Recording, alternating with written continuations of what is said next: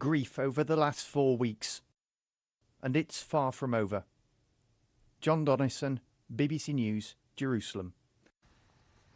Well, for more on this, we can turn to BBC Arabic's Mohamed Taha, who joins us from the BBC newsroom. Mohamed, let's just start with this, what looks like an explosion at a refugee camp, the Maghazi refugee camp in Gaza. What do we know about this? What we understand from the health authorities in Gaza, that this refugee camp, Al-Maghazi, in the middle of the Gaza Strip, was hit by a missile or a rocket, and it caused at least 40 deaths so far in that refugee camp. This is coming after a few days from hitting another refugee camp, which was a Jabalia refugee camp that left around 200 people dead in that refugee camp.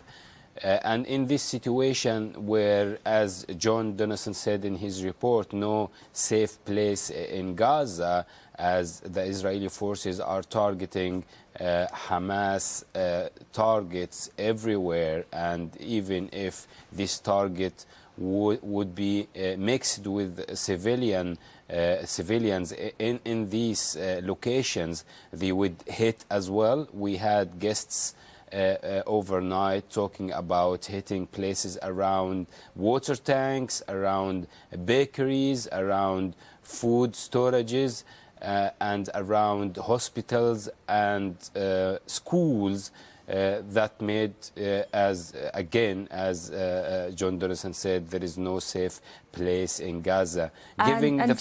Mohamed, just to interrupt just a little bit, the Israeli government has said that it's looking into the incident. We're not sure right now what was the cause of that strike at Maghazi refugee camp. But we've also seen over the last 24 hours the US Secretary of State Antony Blinken carrying out talks with Arab leaders. What came out of these talks? Was any kind of agreement reached, specifically around, humanitarian assistance getting into Gaza?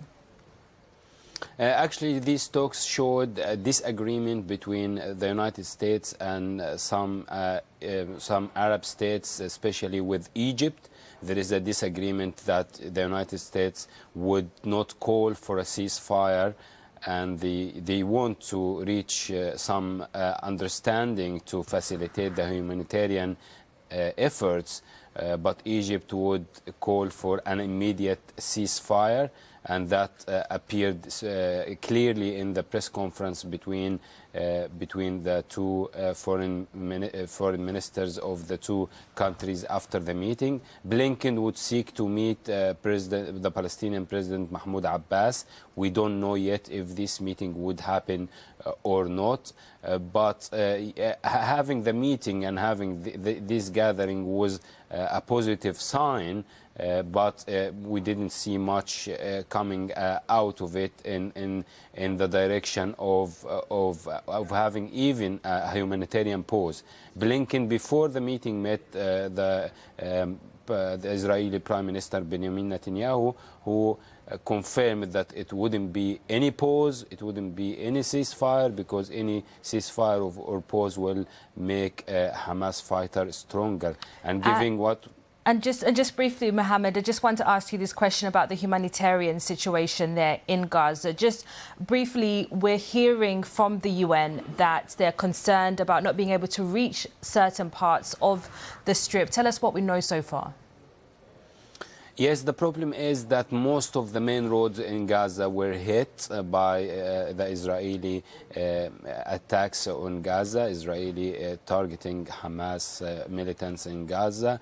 And now the UN is very difficult for them to work. The UNRWA said that they lost more than 30 of their employees. The medical authorities said that they lost more than 150 medical staff, and that more than 57 ambulances were hit.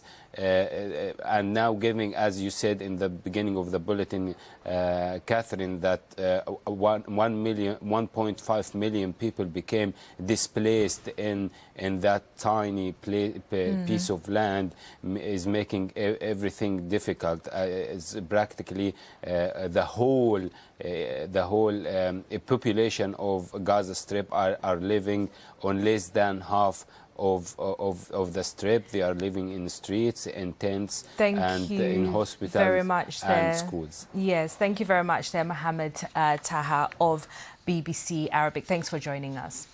Now.